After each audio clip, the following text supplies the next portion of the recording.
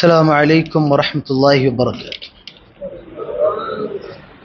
الحمد للہ رب العالمین والصلاة والسلام علی اشرف الانبیاء والمرسلین وعلی آلہ واصحابہ اجمعین، اما بعد۔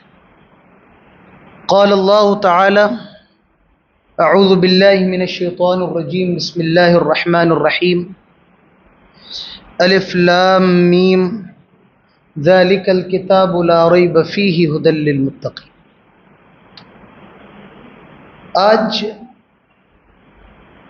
22ویں پارے کی منتخب آیات کا خلاصہ پیش کیا جا رہا ہے۔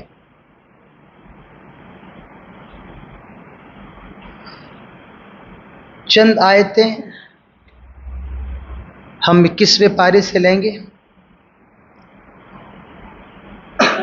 فرمایا جا رہا ہے، یا ایھا النبی قل لازواجک ان کنتن تردن الحیاۃ الدنیا وزینتها فتعالین امتعکن واسرحکن سراحا جمیلا۔ اے نبی کی بیویوں، اے نبی آپ اپنی بیویوں سے کہہ دیجئے کہ اگر تمہیں دنیا کی زینت، دنیا کا اٹریکشن، دنیا چاہیے، فتعالین امتعکن، تو ہم آپ کو دنیا کی زندگی دینے کے لیے تیار ہیں، واسرحکن سراحا جمیلا، اور پھر ان کو اچھے طریقے سے رخصت کر دیجیے۔ معاملہ یہ تھا، جب بہت سی جنگوں میں مسلمانوں کو فتح حاصل ہوئی، مسلمانوں کے ہاتھ میں کچھ پیسہ وغیرہ بھی آیا، تو نبی اکرم صلی اللہ علیہ وسلم کی بیویوں نے کہا کہ ہمارا کچھ خرچہ بڑھایا جائے، ہمارے خرچے میں، ہمارے اخراجات میں اور اضافہ کیا جائے۔ ہمارے نبی صلی اللہ علیہ وسلم کو اس بات سے بہت تکلیف ہوئی، ہمارے نبی اس بات سے بہت رنجزدہ ہوئے۔ ہمارے نبی بڑے سادہ مزاج تھے، آپ کو دنیا کی زیادہ پرواہ نہیں تھی، آپ بہت نارمل زندگی گزارتے تھے۔ تو عورتوں نے کہا کہ ہمیں پیسہ، آپ صلی اللہ علیہ وسلم کی بیویوں نے کہا کہ ہمیں اور پیسہ چاہیے۔ اللہ تعالیٰ نے فرمایا، اے نبی اپنی بیویوں سے کہہ دو اگر دنیا چاہیے تو وہ تو ہم دینے کے لیے تیار ہیں، دے دیں گے، مگر یاد رکھو وَأُسَرِّحْكُنَّ سَرَاحًا جَمِيلًا، اور آپ اگر ان کو دنیا چاہیے تو کیا کریں، آپ ان کو طلاق دے دیں، اچھے طریقے سے ان کو آپ چھوڑ دیں۔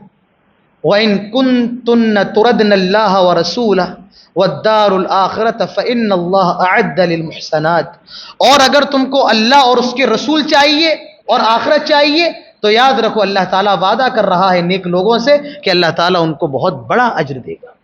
جب یہ قرآن کی آیتیں نازل ہوئیں، سب سے پہلا اماں عائشہ صدیقہ نے کہا، اے اللہ کے رسول، میں دنیا کے مقابلے آپ کو اور اللہ تعالیٰ کو چنتی ہوں، کہ میں آپ کو اور اللہ کو چنتی ہوں۔ دنیا کو چھوڑ دیا، دنیا چاہیے تو مل جاتی، لیکن دنیا چھوڑ دی اور نبی اکرم صلی اللہ علیہ وسلم کے ساتھ مصیبت کی، ترشی کی زندگی گزارنے پر مجبور ہو گئے، ترشی کی زندگی گزارنے پر راضی ہو گئیں۔ یہ ہوتی ہے اصل محبت۔ اصل محبت کیا ہے؟ آدمی کے پاس پیسہ ہو نہ ہو، کیسے بھی حالات ہوں، لیکن بیوی ہر حال میں اس کا سپورٹ کرنے والی، اس کا ساتھ دینے والی ہو، یہ ہوتی ہے اصل محبت۔ اما عائشہ نے کہا، اے اللہ کے رسول، میں آپ کو چننے کے لیے تیار ہوں، میں آپ کو اختیار کرنے کے لیے تیار ہوں، میں آپ کو چنوں گی، دنیا کو نہیں۔ اس کے بعد فرمایا، یا نساء النبی لستن کاحد من النساء ان اتقیتن فلا تخضعن بالقول فیطمع الذین فی قلبہ مرض۔ آئے نبی کی بیویوں، فرمایا جا رہا ہے کہ جب تم کسی سے بات کرو تو کیا کرو؟ فلا تخضعن بالقول، اپنے قول کو نرم لہجے میں کسی غیر مرد سے بات کرنے کی اجازت نہیں ہے۔ کس کو نہیں ہے؟ نبی کی بیویوں سے کہا جا رہا ہے کہ غیر مردوں سے بھی نرم لہجے میں بات نہیں کر سکتی ہو، چہ جائے کہ آج کی خواتین کے لیے حکم اور زیادہ اہم ہے۔ فرمایا جا رہا ہے کہ کسی غیر مرد سے نرم مزاج میں بات کرنے کی ضرورت نہیں ہے، نرم مزاج میں بات کرو۔ ہاں کیا بات ہے؟ جی بتائیے کیا کہا؟ کسی صاحب نے کہا ہے کہ کسی لڑکی کا نرم لہجے میں بات کرنا یہ اس بات کا ثبوت ہوتی ہے کہ لڑکی لڑکے کو اپنی طرف مائل کر رہی ہے۔ لہذا خواتین سے گزارش ہے کہ کسی سے بات کریں تو نرم لہجے میں نہیں۔ کس لہجے میں؟ جی بتائیے کیا بات؟ ہاں کیا کام ہے آپ؟ اور وَقُلْنَ قَوْلًا مَعْرُوفًا، نرم لہجے میں نہ کریں. اور اس کا مطلب یہ بھی نہیں ہے کہ اب گالی دینے لگے، فرمایا نہیں. وَقُلْنَ قَوْلًا مَعْرُوفًا، قاعدے کے اندر رہ کر کے بات کریں. بدتمیزی اس کی بھی ضرورت نہیں ہے اور نہ نرم لہجے میں بات کرنے کی ضرورت ہے. کیا ہوگا نرم لہجے میں کریں گی؟ فَيَطْمَعَ الَّذِينَ فِي قَلْبِهِ مرض، جن کے دل بیمار ہوتے ہیں، ان کے دلوں میں ان کے بارے میں غلط خیالات پیدا. اس کے بعد یہ بہت اہم پارہ ہے، میرے خیال سے خواتین کے لیے زیادہ ضروری پارہ یہ ہے، خواتین کو خصوصاً ہونا چاہیے تھا آج کے درس میں. فرمایا وَقَرْنَ فِي بُيُوتِكُنَّ وَلَا تَبَرَّجْنَ تَبَرُّجَ الْجَاهِلِيَّةِ الْأُولَىٰ، اور اپنے گھروں میں قرار پکڑی رہے. قرار کا مطلب کیا ہوتا ہے؟ ٹھہری رہے. وَقَرْنَ فِي بُيُوتِكُنَّ، عورتوں سے کہا جا رہا ہے کہ اپنے گھروں میں آپ رکی رہے، یعنی بغیر ضرورت گھر سے نکلنے کی اجازت نہیں ہے. کیا ضرورت ہے نکلنے کی؟ اپنے گھر میں رہے، بغیر ضرورت نکلنے کی اجازت نہیں ہے. وَقَرْنَ فِي بُيُوتِكُنَّ، اپنے گھر میں ٹھہری رہے. وَلَا تَبَرَّجْنَ تَبَرُّجَ الْجَاهِلِيَّةِ الْأُولَىٰ، اور زمانے جاہلیت کی طرح اپنی زینت کو ظاہر. برج کس کو کہتے ہیں؟ برج خلیفہ. برج خلیفہ جو ہے نا، برج خلیفہ وہ دور سے دکھ جاتا ہے، تو برج کہتے ہیں اونچی جگہ کو. کس کو کہتے ہیں؟ برج، اونچی جگہ کو. معلوم یہ چلا جو خواتین کے اتاؤ اور چڑھاؤ ہے، ان کا لباس ایسا ہونا چاہیے کہ وہ اتار و چڑھاؤ بالکل بھی ظاہر نہ ہو. ولا تبرجنا تبرج الجاہلیت، زمانے جاہلیت کی طرح اپنے بناؤ سنگار کو، اپنی زینت کو ظاہر نہ کریں. وَأَقِمْنَا الصَّلَاةَ وَآتِينَا الزَّكَاةَ وَأَطِعْنَا اللَّهَ وَرَسُولَهُ، نماز پڑھیں، زکوٰۃ دیں، اور اللہ کی اور اس کے رسول کی فرما برداری کریں. انما یرید اللہ لیذہب عنکم الرجس اہل البیت ویطہرکم تطہیرا، اللہ تعالیٰ چاہتا ہے کہ ان سے گندگی کو دور کر دے. اس کے بعد فرمایا جا رہا ہے جو باتیں یہاں ہو رہی ہیں یہ صرف یہاں تک محدود نہ ہو. جب آپ گھر جایا کریں تو ان مسائل پر بھی گفتگو کریں، اپنے گھر والوں کو بتایا کریں، اپنے فیملی ممبرس کو بتایا کریں کہ آج مولانا صاحب نے یہ کہا، ہم یہ سن کے آئے. فرمایا یہی حکم دیا جا رہا ہے وَاذْكُرْنَ مَا يُتْلَى فِي بُيُوتِكُنَّ مِنَ الْكِتَابِ اللَّهِ وَالْحِكْمَةِ، گھروں کے اندر اللہ کی کتاب کی اور حکمت کی باتیں ہوا کریں. کس چیز کی باتیں ہوا کریں؟ اللہ کی کتاب کی اور حکمت کی. کتنے ہمارے اور آپ کے فیملی ممبرس ہیں بتائیے ہم لوگ گھر کے اندر اللہ کی کتاب کی اور حکمت کی باتیں کرتے ہیں؟ کتنے لوگ ہیں ساتھ میں بیٹھ کے چائے پی رہے ہیں، ساتھ میں بیٹھ کے ٹی وی دیکھ رہے ہیں، ساتھ میں بیٹھ کے فلم دیکھ رہے ہیں؟ کتنے گھروں کے اندر قرآن کا درس ہوتا ہے کسی گھر کے اندر؟ یہ سسٹم بناؤ ہر گھر کے اندر کم سے کم 10 منٹ ہم 1-2 آیت لے کر پورے فیملی ممبرس بیٹھیں گے اور ایک آدھ آیت یا 2 آیتوں کی تفسیر ہوگی یا ایک آدھ حدیث کا ترجمہ پیش کیا. یہ بھی گھروں کے اندر سسٹم بننا چاہیے. فرمایا جا رہا ہے فی بیوتکن من آیات اللہ والحکمہ، گھروں کے اندر کیا ہو؟ اللہ کی آیتیں پڑھی جائیں اور حکمت کی باتیں. یہ سسٹم بھی ہمارے گھروں کے اندر ہونا چاہیے.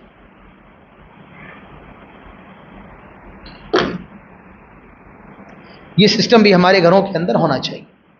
اس کے بعد فرمایا ان المسلمین والمسلمات والمؤمنین والمؤمنات والقانتین والقانتات والصادقین والصادقات والصابرین والصابرات والخاشعین والخاشعات والمتصدقین والمتصدقات والصائمین والصائمات والحافظین فروجهم والحافظات والذاکرین اللہ کثیرا والذاکرات اعد لهم مغفرۃ واجرا عظیما. بے شک مسلمان مرد، مسلمان عورتیں، مومن مرد، مومن عورتیں. اچھا مسلمان کا الگ ذکر ہے، مومن کا الگ ذکر ہے. معلوم یہ چلا کہ مسلمان ہونا کافی نہیں ہے بلکہ مسلمان ہونے کے بعد مومن ہونا بھی ضروری ہے. ایک ہوتا ہے اللہ کو ماننا، یہ کون ہے؟ یہ مسلمان ہے. ایک ہوتا ہے اللہ کی بھی ماننا، تو یہ کون ہے؟ یہ مومن ہے. فرمایا مومن مرد، مومن مسلمان مرد، مسلمان عورتیں، مومن مرد، مومن عورتیں، اللہ سے ڈرنے والے مرد، اللہ سے ڈرنے والی عورتیں، صدقہ کرنے والے مرد، صدقہ کرنے والی عورتیں، صبر کرنے والے مرد، صبر کرنے والی عورتیں، اللہ سے ڈرنے والی عورتیں، اللہ سے ڈرنے والے مرد، والمتصدقین والمتصدقات، سچ بولنے والے مرد، سچ بولنے والی عورتیں، والصائمین والصائمات، روزہ رکھنے والے مرد اور روزہ رکھنے والی عورتیں. اس کے بعد جو میں بتانا چاہتا ہوں وہ نقطہ ہے والحافظین فروجہم والحافظات، اپنی شرمگاہوں کی حفاظت کرنے والے مرد اور شرمگاہوں کی حفاظت کرنے والی عورتیں. پہلے روزے کا ذکر ہے، بعد میں شرمگاہ کی حفاظت کا ذکر ہے. معلوم یہ چلا جن کی شادیاں نہیں ہو رہی ہیں اور وہ اپنی شرمگاہ کی حفاظت کرنا چاہتے ہیں تو سب سے بہتر راستہ یہ کہ روزہ رکھیں. کیا کریں؟ روزہ رکھیں. اللہ کے نبی فرماتے ہیں اگر شادی کی طاقت ہے تو کر لو, اور اگر طاقت نہیں ہے تو کیا کرو؟ روزہ رکھو. فَإِنَّهُ لَهُ وِجَاءٌ, روزہ یہ گناہوں سے بچنے کا ڈھال ہے, ذریعہ ہے. اسی لیے روزے کے بعد فوراً عزت کی حفاظت اور شرم کی حفاظت, شرمگاہ کی حفاظت کا ذکر کیا گیا. تو فرمایا روزہ رکھنے والے مرد عورتیں, اپنی شرمگاہ کی حفاظت کرنے والے مرد عورتیں, وَالذَّاكِرِينَ اللَّهَ كَثِيرًا وَالذَّاكِرَاتِ, کثرت سے اللہ کا ذکر کرنے والے مرد اور عورتیں. اب ان کا انعام کیا ہے؟ اعد اللہ لہم مغفرہ, اللہ تعالیٰ نے ان کی بخشش, اللہ تعالیٰ نے ان کی بخشش کا وعدہ فرمایا ہے, وہ اجرا عظیما, اور ان کے لیے بہت بڑا اجر رکھا ہے. ان کا اجر کیا ہے؟ جنت میں جائیں گے. ایک اہم آیت ضرور لے کر کے جاؤ یہ اپنے گھر. مولانا صاحب کس کی مانے؟ فلاں کہتے ہماری مانے, فلاں کہتے ہماری مانے, فلاں امام کہتا ہے یہ چیز غلط, فلاں امام کہتا ہے یہ چیز صحیح, فلاں مولانا صاحب کہتے ہیں یہ چیز صحیح, فلاں مولانا صاحب کہتے ہیں غلط. کرے کیا؟ کرنا یہ ہے. فرمایا وَمَا كَانَ لِمُؤْمِنٍ وَلَا مُؤْمِنَةٍ إِذَا قَضَى اللَّهُ وَرَسُولُهُ أَمْرًا أَن يَكُونَ لَهُمُ الْخِيَرَةُ مِنْ أَمْرِهِمْ وَمَنْ يَعْصِ اللَّهَ وَرَسُولَهُ فَقَدْ ضَلَّ ضَلَالًا مُبِينًا. فرمایا کسی مومن مرد اور کسی مومن عورت کے لیے یہ بات درست نہیں ہے, اذا قضى الله ورسوله امرا, جب اللہ اور اس کے رسول کا کوئی فیصلہ ہو جائے تو اس کے بعد اپنے منہ کو موڑ لے. معلوم یہ چلا کہ تمام مسائل کا جواب ہمیں کہاں ملے گا؟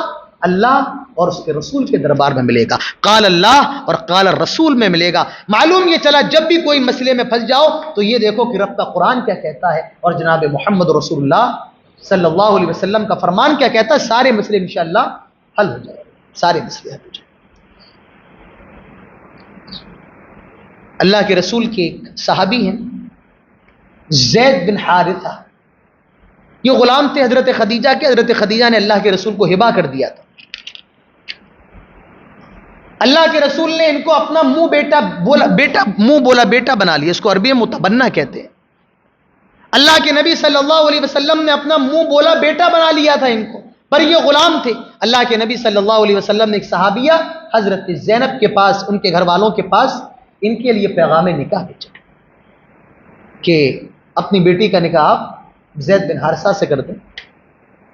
تو ان کے گھر والوں نے پسند نہیں فرمایا. کیوں؟ چونکہ یہ بڑے خاندان کی تھی اور یہ چونکہ تھے تو عرب کے ہی, لیکن ان کے شخصیت پر غلامی کا داغ لگا ہوا تھا. یہ غلام رہ چکے ہیں نا حضرت خدیجہ کے اللہ کے نبی کے. تو انہوں نے اس کو پسند نہیں فرمایا. اس موقع پر یہ حکم نازل ہوا کہ جب اللہ اور اس کے رسول کا فیصلہ آ جائے تو کسی مسلمان, کسی مومن مرد اور عورت کے لیے یہ درست نہیں ہے کہ وہ رسول اللہ صلی اللہ علیہ وسلم کے فیصلہ آ جانے کے بعد کسی اور چیز کو اختیار کرے. وَمَنْ يَعْصِ اللَّهَ وَرَسُولَهُ فَقَدْ ضَلَّ ضَلَالًا مُبِينًا. یہ بڑی شاندار بات کہی گئی, گمراہی کی وجہ بتا دی گئی. آدمی گمراہ کب ہوتا ہے؟ فرمایا وَمَنْ يَعْصِ اللَّهَ وَرَسُولَهُ, جو اللہ اور اس کے رسول کی نافرمانی کرے گا, یعنی اللہ اور اس کے رسول کے راستے سے ہٹ کر کوئی اور راستہ اختیار کرے گا, فَقَدْ ضَلَّ ضَلَالًا مُبِينًا, وہ آدمی بالکل واضح گمراہی کے اندر چلا جائے گا. ہدایت کہاں ملے گی؟ اللہ اور اس کے رسول کے فرمان سے. اور جو ان دونوں راستوں سے ہٹے گا وہ کیا ہوگا؟ گمراہ ہو جائے. فقد ضل ضلالا ضلالا مبین, گمراہ ہو جائے. بہرحال شادی زیادہ دن چلی نہیں, زیادہ دن شادی چلی نہیں. حضرت زینب چونکہ بڑے خاندان کی تھی, ان پر غلامی کا داغ تھا. آئے دن انمر حضرت زید بن حارثہ چاہتے تھے طلاق دیں, اللہ کے نبی کے پاس آتے میں طلاق دیں. اللہ کے نبی نے روکا کہ ابھی رک جاؤ, لیکن اللہ کی طرف سے حکم ہو چکا اور آپ صلی اللہ علیہ وسلم کو یہ بتا دیا گیا تھا کہ ان کا نکاح اب آپ کے ساتھ ہو. لیکن اللہ کے نبی صلی اللہ علیہ وسلم نے کسی سے بتایا, آپ کو شرم آتی تھی, آپ کو شرم آتی تھی, آپ نے بتایا نہیں. کیوں؟ وَتَخْشَ النَّاسِ, کہ لوگ کیا کہیں گے. وَاللَّهُ أَحَقُّ أَن تَخْشَاهُ, اللہ تعالیٰ فرماتا ہے کہ اللہ تعالیٰ زیادہ, اللہ تعالیٰ کی ذات ہی ایسی ہے کہ اس سے سب سے زیادہ ڈرا جائے. لہٰذا آپ بتا دیجیے. معلوم یہ چلا کہ جو شادی کرنا چاہتے ہیں نوجوان, ان کو چاہیے کہ اپنے ماں باپ کو بتائیں کہ ہاں میری شادی کی عمر ہو گئی اور مجھے ضرورت ہے شادی کی, میں شادی کرنا چاہتا ہوں. کیونکہ اگر آپ نہیں بتائیں گے تو خطرہ زیادہ ہے, اور سب سے زیادہ اللہ تعالیٰ سے ڈرنا ہے. تو اللہ کی اطاعت اور اللہ کی فرما برداری اسی میں ہے کہ آدمی اگر اس کو شادی کی ضرورت ہے تو اپنے ماں باپ کو بتا دے, اور اگر کوئی لیڈی ہے تو وہ اپنے ماں باپ کو اشارتاً کنایتاً اپنے ذمہ دار کو بتا سکتے. اس کے بعد طلاق ہو گیا اور اللہ کے نبی صلی اللہ علیہ وسلم کا نکاح حضرت زینب سے ہو گیا. فرمایا گیا ما کان محمد ابا احد من رجالکم ولکن رسول اللہ وخاتم النبیین وکان اللہ بکل شیء علیما. جب اللہ کے نبی نے ان کو اپنا منہ بولا بیٹا بنا لیا تو لوگوں نے ان کو زید بن محمد کہنا شروع کر دیا تھا. اور جب حضرت زینب سے زید بن حارثہ کی طلاق ہو گئی اور اللہ کے نبی نے شادی کر لی تو لوگوں نے یہ کہا یہ دیکھو یہ تو اپنی بہوؤں سے شادی کر رہے ہیں. اللہ تعالیٰ اس موقع پر فرماتا ہے سنو ما کان محمد ابا احد من رجالکم, محمد تم میں سے کسی مرد کے باپ نہیں ہے. معلوم یہ چلا کسی کو منہ بولا بیٹا بنا لینا وہ حقیقت میں منہ بولا بیٹا نہیں. عورتوں نے میرا منہ بولا بیٹا نہیں ہوتا ہے, منہ بولا بیٹا منہ بولا بھائی بنا کے چیٹ کر رہی ہیں حرام ہے حرام ہے حرام ہے. کوئی منہ بولا بھائی بھائی نہیں ہوتا ہے, نہیں ہوتا ہے. حقیقی رشتہ ہوتا ہے, منہ بولا کوئی رشتہ نہیں ہوتا ہے. تو محمد تم میں کسی مرد کے باپ نہیں ہے. وہ کون ہے؟ ولکن رسول اللہ, وہ اللہ کے رسول ہے. وخاتم النبیین, اور وہ خاتم النبیین میں سے خاتم النبی ہے. وکان اللہ بکل شیء علیم. تو حضرت زید بن حارثہ کا طلاق ہو اور اللہ کے نبی صلی اللہ علیہ وسلم کی حضرت زینب سے شادی. اس کے بعد فرمایا 4 صفتیں اللہ کے رسول کی بیان کی جا رہی ہیں. یا ایھا النبی انا ارسلناک شاہدا ومبشرا ونذیرا وداعیا الی اللہ باذنہ وسراجا منیرا. اے ہمارے نبی ہم نے آپ کو شاہد بنا کر کے بھیجا ہے, ہم نے آپ کو بشیر بنا کر کے بھیجا ہے, ہم نے آپ کو نذیر بنا کر کے بھیجا ہے, ہم نے آپ کو داعیا الی اللہ باذنہ بنا کر کے بھیجا ہے, اور ہم نے آپ کو سراجا منیر بنا کر کے بھیجا ہے. یہ 5 کوالٹی اللہ کے نبی کی. اور سب سے اہم بات یہاں نام نہیں لیا گیا. کیا؟ نبی کا نام نہیں. میرے خیال سے جہاں تک میری یادداشت غلط نہیں ہے کہ قرآن میں ایک آدھ ہی جگہ اللہ نے اپنے نبی کو غالباً یا محمد کہہ کر کے پکارا ہے, یا محمد نہیں کہا غالباً. جب بھی کہا کیا کہا؟ یا ایھا الرسول یا ایھا النبی. نام نہیں لیا بلکہ نبی کی جو صفات ہیں ان صفات کا ذکر فرمایا زیادہ تر. اور جتنے نبی ہیں آپ دیکھیے میرے خیال سے سب کا اللہ نے نام لیا. کیا کہا؟ یا آدم کا نام لیا. کیا؟ یا آدم, قرآن کے اندر یا آدم کہہ کر پکارا. یا نوح اہبط بسلام منا, اے نوح کہہ کر کے پکارا. یا ابراہیم قد صدقت الرؤیا, ابراہیم کو یا کہہ کے پکارا. یا موسیٰ اننی انا اللہ, اے موسیٰ میں اللہ ہوں. موسیٰ کو یا کہہ کے. عیسیٰ یا زکریا کو, یا یحییٰ کو یا کہہ کر کے. لیکن ہمارے نبی واحد نبی ہیں کہ اللہ نے یا کہہ کر کے پکارا. یہ محبت ہے ہمارے نبی کی شان کی بہت بڑی دلیل. تو فرمایا کیا؟ آئے ہمارے نبی انا ارسلناک شاہد, ہم نے آپ کو گواہ بنا کر کے بھیجا. ومبشرا ونذیرا, آپ خوشخبری دینے والے ہیں. ونذیرا, اور آپ ڈرانے والے ہیں. وداعیا الی اللہ باذنی, اور آپ لوگوں کو اللہ کی طرف اللہ کے حکم سے بلانے والے ہیں. وسراجا منیرا, اور آپ روشن چراغ ہیں. روشن چراغ کہا گیا ہے. اس کے بعد دعوت کے آداب بتائے جا رہے ہیں. جب کوئی آپ کو دعوت میں بلائے تو دعوت میں جانا کیسے ہے بتایا جا رہا ہے. دیکھو عید پہ دعوتیں ہوتی ہیں ماشاءاللہ, بقرعید پہ ہوتی ہیں, اچھی باتیں ہونی چاہیے, لیکن دعوت میں جانے کے بھی دعوت میں حاضر ہونے کے آداب ہیں.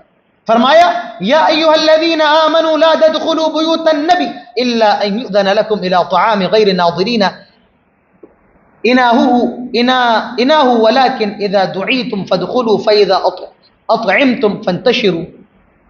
فرمایا اے ایمان والو, جب تم گھروں میں داخل ہو تو جب تک کھانے کے لیے بلایا نہ جائے تب تک مت جاؤ. ہوا یہ تھا کہ اللہ کے رسول کا نکاح انہی کے ساتھ ہوا جن کا ذکر ابھی گزرا ہے. کن کا ذکر گزرا ہے؟ جی حضرت زینب رضی اللہ عنہا کا.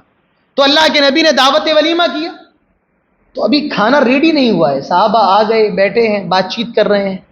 نبی اکرم صلی اللہ علیہ وسلم کو تکلیف ہو رہی ہے لیکن آپ نے مناسب نہیں سمجھا کسی کو منع کرے. اللہ تعالیٰ نے فوراً حکم نازل فرمایا آئے ایمان والو, جب تمہیں کسی گھر میں بلایا جائے تو یاد رکھو جب تک کھانے کے لیے نہ بلایا جائے, کھانا تیار نہ ہو جائے تب تک نہ جاؤ. معلوم نہیں چلا کہ جب تک کھانا تیار نہ ہو جائے تب تک آپ نہ جائیں. اور آپ پہنچ بھی گئے, کھانا بن رہا ہے تو بہتر ہے کہ آپ آ جائیں, بعد میں آدھے گھنٹے کے بعد 1 گھنٹے کے بعد چلے جائیے.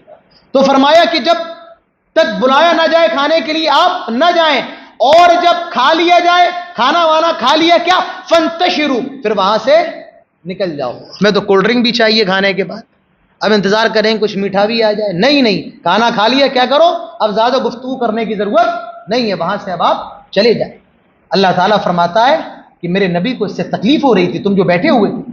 یؤذی النبی فیستحی منکم واللہ یستحی من الحق. نبی تو شرما گئے لیکن اللہ تعالیٰ حق کہنے سے نہیں شرماتا ہے.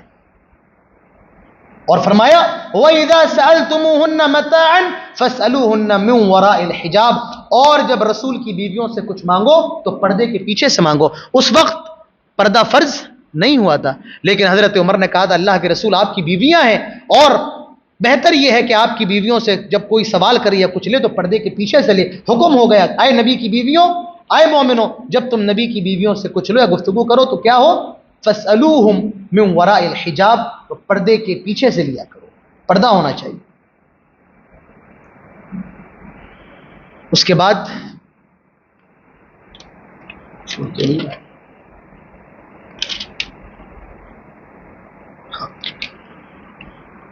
بڑی پیاری بات فرمایا ان اللہ وملائکتہ یصلون علی النبی یا ایھا الذین آمنوا صلوا علیہ وسلموا تسلیما. بے شک اللہ تعالی, ان اللہ, انا کا مطلب ہوتا ہے بے شک, بے شک. ان اللہ وملائکتہ, بے شک اللہ اور اس کے فرشتے, یصلون علی النبی, وہ نبی پر کیا کرتے ہیں, درود بھیجتے ہیں. سب سے اوپر کون ہے, ایسی بات ہے اللہ تعالیٰ, اس کے بعد کون ہے, فرشتے ہیں, اور اس کے بعد کون ہے, انسان ہے. اللہ تعالیٰ و ملائکت, اس کے فرشتے بھی رسول پر درود بھیجتے ہیں. اب کہا جا رہا ہے تیسری مخلوق جو ہے, یا ایھا الذین آمنوا صلوا علیہ, اے ایمان والوں تم بھی رسول پر درود بھیجو. اور میں ایک بات آپ کو بتاؤں, نکتہ ہے یہ کہ اللہ تعالیٰ نے جب بھی یا ایھا الذین آمنوا کہا تو ہر آیت کے شروع میں کہا, یہ واحد آیت ایسی ہے کہ اس کے بیچ میں کہا گیا یا ایھا الذین آمنوا, اے ایمان والو. واحد آیت ہے, اس کے بیچ میں کہا جا رہا ہے یا ایھا الذین آمنوا. معلوم یہ چلا کہ جب بات عجیب ہے تو اس کا مطلب کہ بات بھی اہم ہے. بے شک اللہ تعالیٰ اور اس کے فرشتے نبی پر درود بھیجتے ہیں. اے ایمان والو تم بھی درود بھیجو, وسلموا تسلیما, اور سلامتی کی دعا کرو, درود بھیجو اور سلام بھیجو. جمعہ کے دن بڑی فضیلت ہے. ویسے بھی آدمی کو چاہیے کہ دعا کے اندر بھی یہ درود ضرور پڑھا جائے, اور درود ثابت ہے اتحیات میں بھی درود پڑھنا ہے, اور دونوں اتحیات میں, یعنی دوسرے اتحیات میں بھی اور آخری اتحیات میں بھی. ہاں مطلب دوسری رکعت کے اتحیات میں بھی اور آخری رکعت کے, تو ہر رکعت میں آپ کو اتحیات پڑھنا ہے. اور جو درود ثابت ہے اللہ کے نبی سے وہی درود پڑھنا ہے. درود ابراہیمی جو صحابہ کو آپ نے بتایا, اللہم صلی, پڑھ لو ایک بار, اللہم صلی علی محمد وعلی آل محمد کما صلیت علی ابراہیم وعلی آل ابراہیم انک حمید مجید, اللہم بارک علی محمد وعلی آل محمد کما بارکت علی ابراہیم وعلی آل ابراہیم انک حمید مجید. اذان سے پہلے پڑھنا یہ اللہ کے نبی صلی اللہ علیہ وسلم سے ثابت نہیں ہے.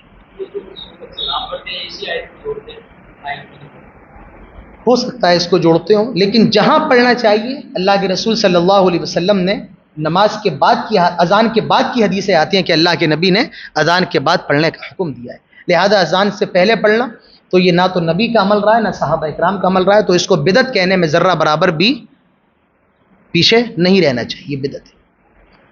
اس کے بعد فرمایا یہ بہت اہم آیت ہے, یہ اپنے گھر لے کے جاؤ, یہ گھر لے کے جاؤ. اپنی بچیوں کے لیے لے کے جاتے ہو نا مٹھائی یا آئس کریم, یہ لے کے جاؤ آج, یہ لے کے جاؤ. فرمایا یا ایھا الذین آمنوا, یا ایھا النبی, یہ نقطہ بہت اہم ہے. یا ایھا النبی, اے نبی, قل لازواجک, اپنی بیویوں سے کہہ دے, وبناتک, اپنی بیٹیوں سے کہہ دے, ونساء المؤمنین, اور تمام مومنوں کی عورتوں سے کہہ دے. آگے پردے کا حکم ہے اس آیت کے اندر. پہلے کیا کہا گیا, اے نبی اپنی بیویوں سے کہہ دیں. اگر صرف اتنا ہوتا تو لوگ کہتے کہ پردے کا حکم نبی کی بیویوں تک ہے. فرمایا گیا وبناتک, اے نبی اپنی بیٹیوں سے کہہ دیں. اگر صرف اتنا ہوتا تو لوگ کہتے یہ حکم نبی کی بیوی اور بیٹیوں کے لیے, اس کے بعد کہہ دیا گیا ونساء المؤمنین, اور جتنی مومنوں کی عورتیں قیامت تک آئیں گی سب کے لیے یہ حکم ہے. کیا ہے, یدنین علیہن من جلابیبہن, کہ وہ جب گھروں سے باہر نکلا کریں تو اپنے جسموں پر جلباب ڈال لیا کریں. کیا ڈال لیا کریں؟ آپ کہیں گے مولانا برقع تو سنا، جلباب کیا ہے؟ جلباب کہتے ہیں پردے کو، اور جلباب کی جو صحیح تعریف کی گئی ہے ایسا لباس یا ایسا کپڑا جو عورت کے پورے جسم کو ڈھانپ لے، اسے حقیقی معنی میں جلباب کہا جاتا ہے. ایسی چادر یا کوئی بھی ایسا لباس جو پورے جسم کو ڈھانپ لے، اتار چڑھاؤ بالکل بھی ظاہر نہ ہو، تو وہ چیز کیا ہے؟ وہ چیز جلباب. اب آج کے وقت میں چونکہ برقع چلتا ہے، اور میں سمجھتا ہوں کہ پردے کے لیے یہ جو برقع ہمارے یہاں چل رہا ہے یہ بہت حد تک بہتر ہے، بہت حد تک بہتر ہے. کچھ خواتین کو میں نے دیکھا وہ صرف چادر، ایک کوئی بڑی سی چادر آتی ہے وہ ڈال لیتی ہیں، اس میں ان کے پیر بھی دکھتے ہیں، چہرہ بھی دکھتا ہے. تو میرے خیال سے وہ صحیح پردہ نہیں مان. بہت حد تک جو آج کے وقت میں پردہ ہے وہ کون سا معنی صحیح پردہ اگر دیکھا جائے بہت حد تک جو درست ہوگا وہ میرے خیال سے برقع ہے. اور خواتین سے گزارش ہے ایسا برقع پہنے کہ جو تھوڑا ڈھیلا ڈھالا ہو، بالکل ٹائٹ اور چست نہ ہو. اور بالکل سمپل بلیک اگر برقع مل جائے تو وہ زیادہ اچھا ہے. بالکل بلیک ہو اور بالکل سمپل ہو، اس پر زیادہ بیل بوٹے نہ ہو اور قسم قسم کے رنگ نہ ہو، تو یہ زیادہ بہتر ہے. آج اسلامک فیشن کے نام سے یہ چیزیں بھی چل رہی ہیں. کیا چل رہا ہے؟ عجیب اسلامک فیشن. ارے بھائی یہ اسلامک فیشن نہیں ہے. اسلامک فیشن تو یہ ہے کہ آپ بالکل سمپل پہن لیں، تو یہ اسلامک فیشن نہیں ہے. اسلامک فیشن کیا ہے؟ بالکل سمپل آپ کا برقع ہو، کافی ڈھیلا ڈالا ہو، کوئی نقش و نگار. اچھا ایک بات بتاؤ مجھے آپ، پھول یہ کس لیے ہوتے ہیں؟ جی ہاں کس لیے؟ آپ کا تو نکل رہا ہے، خون ہی نکل رہا ہے. کس لیے ہوتا ہے بھائی؟ نکال رہے خون ہی نکال رہے ہیں. کس لیے ہوتا ہے پھول؟ خوشبو کے لیے اس کو دیکھا جاتا ہے. اور برقعے کا مطلب کیا ہے؟ برقعے کا مقصد کیا ہے؟ ڈھکنا. پھول کا مقصد خوشبو یا دیکھنا، اور برقعے کا مطلب ڈھکنا. اب برقعے پر اگر پھول بنے تو برقعے کا پھر کیا مطلب کیا رہ جائے گا؟ نہیں سمجھ میں آئی بات؟ برقعے پر اگر پھول بن جائے تو برقعے کا مطلب کیا ہے؟ کیونکہ پھول کا مقصد ہے دیکھنا، اور برقعے کا مطلب ہے چھپانا. جب چھپانے والی چیز پر دیکھنے والی چیز بن جائے تو پھر مطلب تو ختم ہو جاتا ہے. تو بہتر ہے کہ ایسے برقعوں سے بچیں جس پر بیل بوٹے ہوں یا جو مردوں کو اپنی طرف اٹریکٹ کرتی ہوں. سمپل برقع ہو، کالا ہو اور کافی ڈھیلا ڈالا ہو تو یہ بہت بہتر ہے.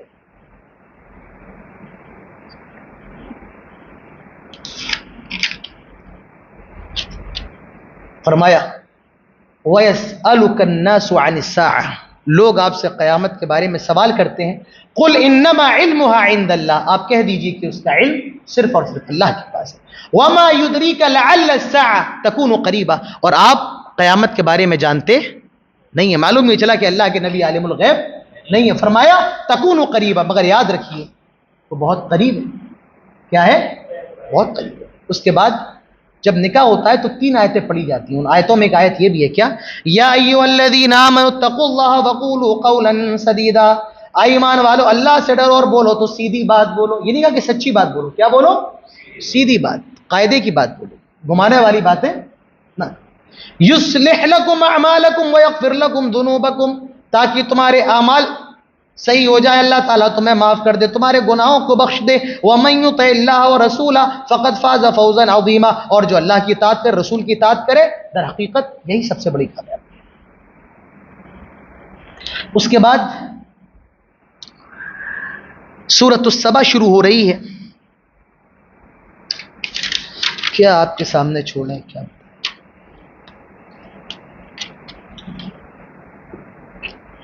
چونکہ یہ تقریباً 22 پارے تو ہو گئے ہیں اور ممکن ہے کہ 28 کو پورا قرآن انشاءاللہ ہم تفسیر مکمل کر دیں گے. 29 کو انشاءاللہ 29 کو کر دیں گے پوری تفسیر انشاءاللہ 29 کو کر دیں گے. مگر یہ یاد رکھیے کہ ہمارا تفسیر کا درس ہر روز غیر رمضان میں فجر کی نماز کے بعد 10 منٹ ہوتا ہے. اگر آپ کو شوق ہے تو اس کے اندر ضرور حاضر ہو. اس پر ہم ایک ایک آیت کو لیتے ہیں، ہر آیت کو لیتے ہیں، اس کا ترجمہ اور اس کا خلاصہ کرتے ہیں. چونکہ ابھی تو وقت بہت کم ہے تو اس لیے جلدی جلدی گزر رہے ہیں. فرمایا بڑی عجیب بات میں آپ کو بتاؤں، اللہ تعالیٰ نے حضرت داؤد کا ذکر کیا. فرمایا اعملوا آل داؤد شکرا، اے داؤد کے گھر والوں عمل کے ذریعے اللہ تعالیٰ کا شکر ادا کرو. آپ کہیں گے کہ شکر تو دل سے ہوتا ہے، شکر زبان سے ہوتا ہے. نہیں، شکر عمل سے بھی ہوتا ہے. شکر کس سے ہوتا ہے؟ عمل سے بھی ہوتا ہے. تو عمل کے ذریعے بھی اللہ رب العالمین کا شکر ادا کرنا چاہیے. تو یہ سورۃ السبا ہے، یہ ملک سبا کا ذکر ہے۔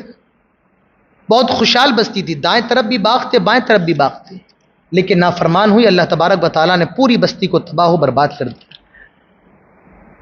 تو یہ 22ویں پارے کی چند آیات کا خلاصہ تھا جو میں نے آپ کے سامنے کیا ہے۔